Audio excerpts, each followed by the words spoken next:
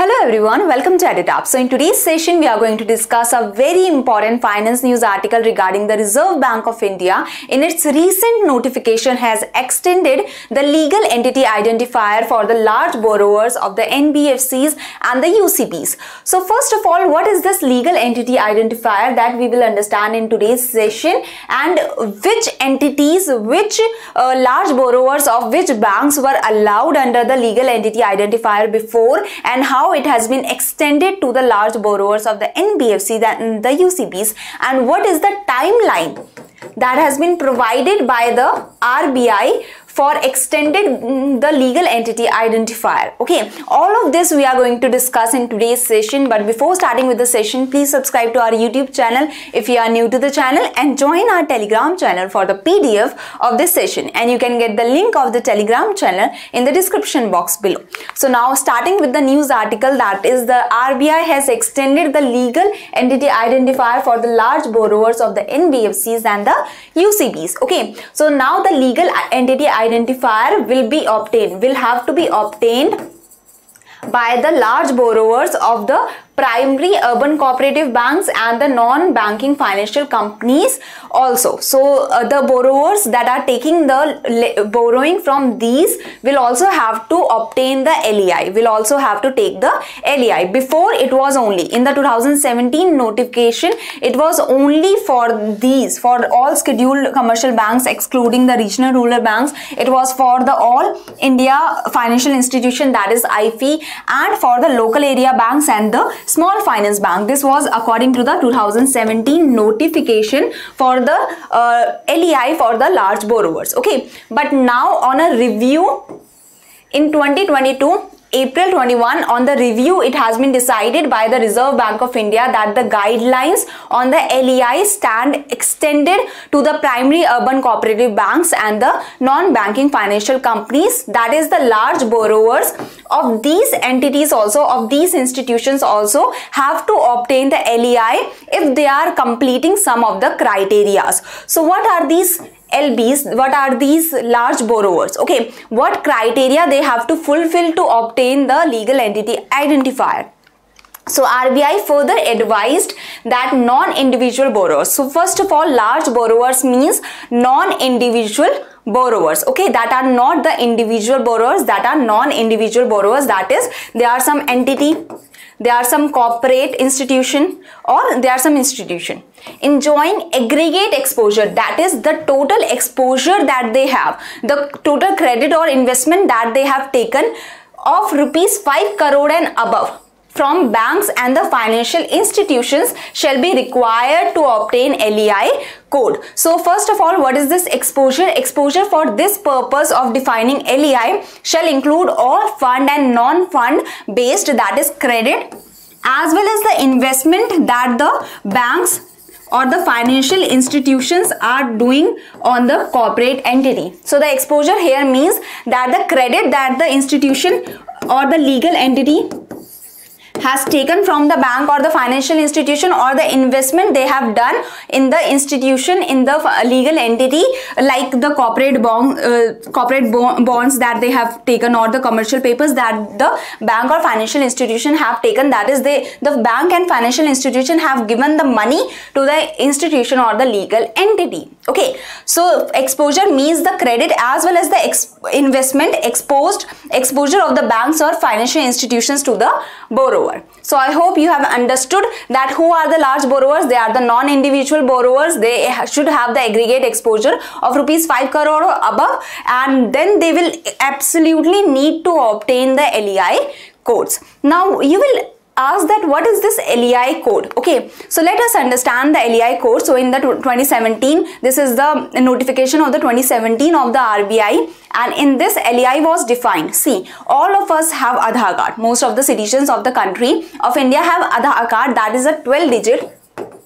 It is a 12-digit unique identification number that is given to the citizens to identify the citizens. Similarly, legal entity identifier is a 20-digit unique code to identify the entity. Okay, to identify the parties that are involved in the financial transactions worldwide.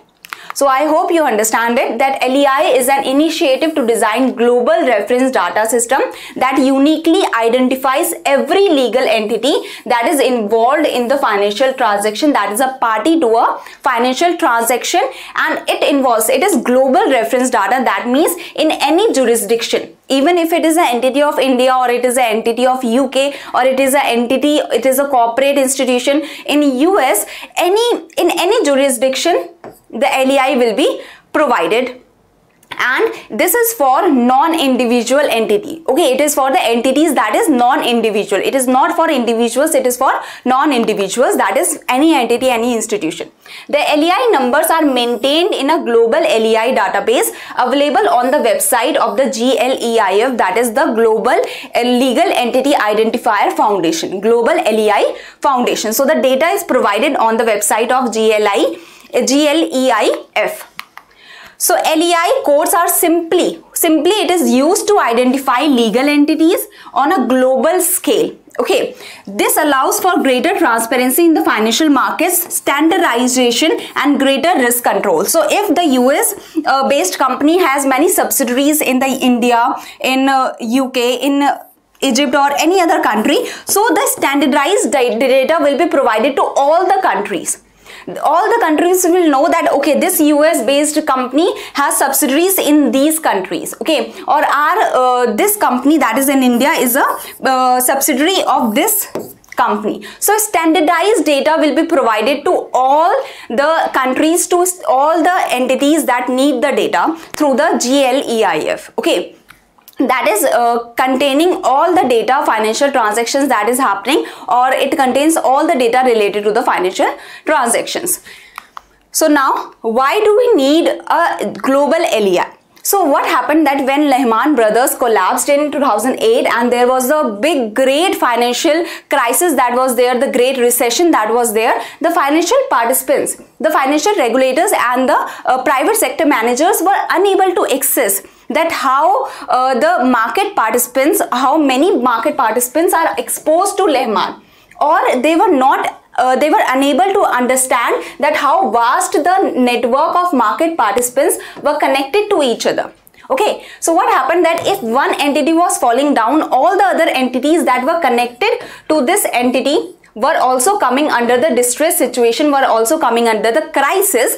And if the data would have been provided that okay, this big entity is connected with these small entities, or it is connected or it is transacting with these small entities, the regulator might have protected the small entities at least, or the other entities at least, but the data was not there. The financial transactions or the financial connectedness was not known by the regulators, by the managers, and that's why subsequently after the financial crisis exposed the depth of the problem of identifying financial connections and underscored the long-standing need for a global system to identify and link data, that we need the global system, the global database, a website that contains the link of the data, the link of the institutions, and that can identify the data, which will enable financial regulators and firms to better understand the true nature of risk exposure. Okay, we will understand that this company is falling down. Okay, no problem. But what if this company is connected to all other companies of the country or major companies of the country, and those major companies also fall down? So the true nature of the risk will be exposed when we know that how one company is connected with the other companies, how one company is transacting with the other companies and across the financial system. In the LEI, now you will say okay, financial transactions are known, but how the parent company or the subsidiaries, how that is known? So what happens that when one entity is obtaining the LEI, okay, it has to provide all the data. It has to provide the business card information, that our name is this, our entity is this, as well as it has to provide the relationship information. Okay, it has to provide the relationship information. So the entity is providing the relationship information while it is obtaining the LEI, to obtain the LEI. So connect the corporate dots globally with open, standardized and high quality LEI data. So through that we can connect the dots. Okay, and the LEI, during obtaining the LEI, it has to tell that which is the direct parent company and which is the ultimate parent company. So through that we can connect the dots and we will understand that okay, this company is connected with so many other companies. Okay, these are the subsidiaries, these are the parent companies, so that we can understand that if one of these entities are affected, other entities will also get affected. Okay, as well as the financial transactions are noted down in the global LEI database also. So the financial transactions are also known, as well as the connectedness, the financial connectedness is also known.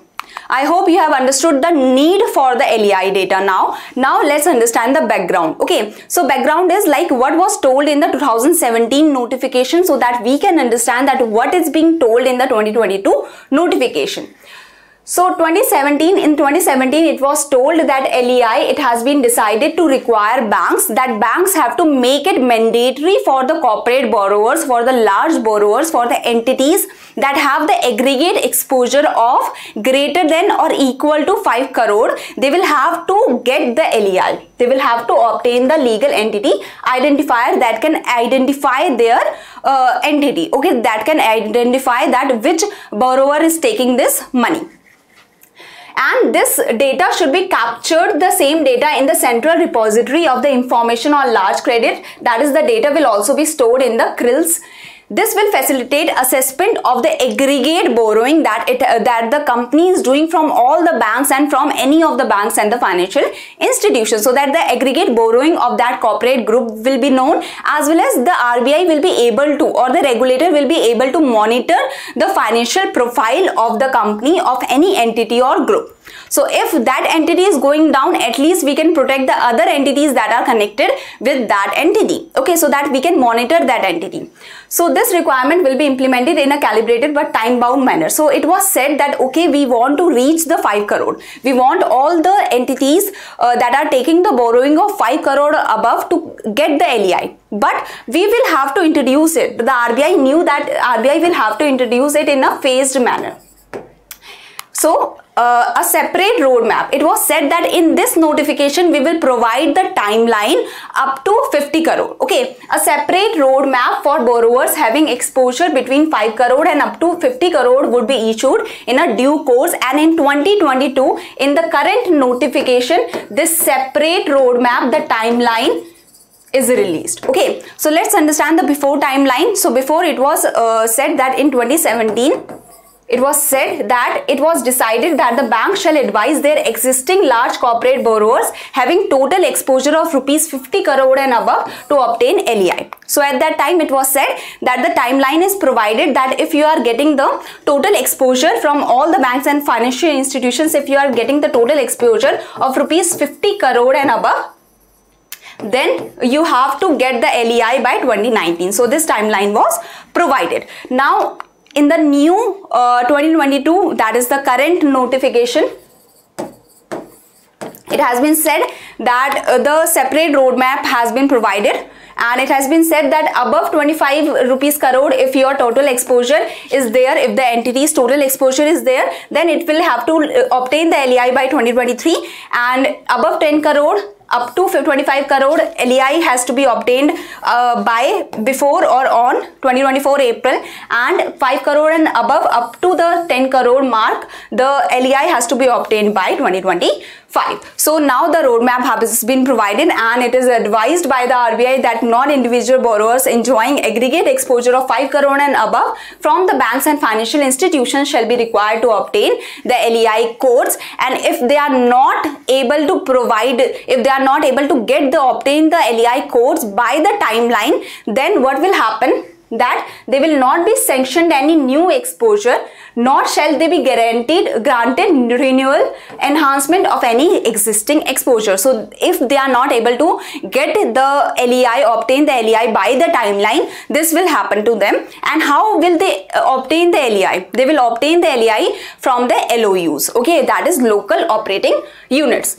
So now exemptions are also there. So the department or agencies of the central government and the state government are exempted from this provision of obtaining the LEI, but this is not for the public sector undertakings. They will still have to obtain the LEI. Only the exemption is for the departments or the agencies. So remember this question can be formed. Okay.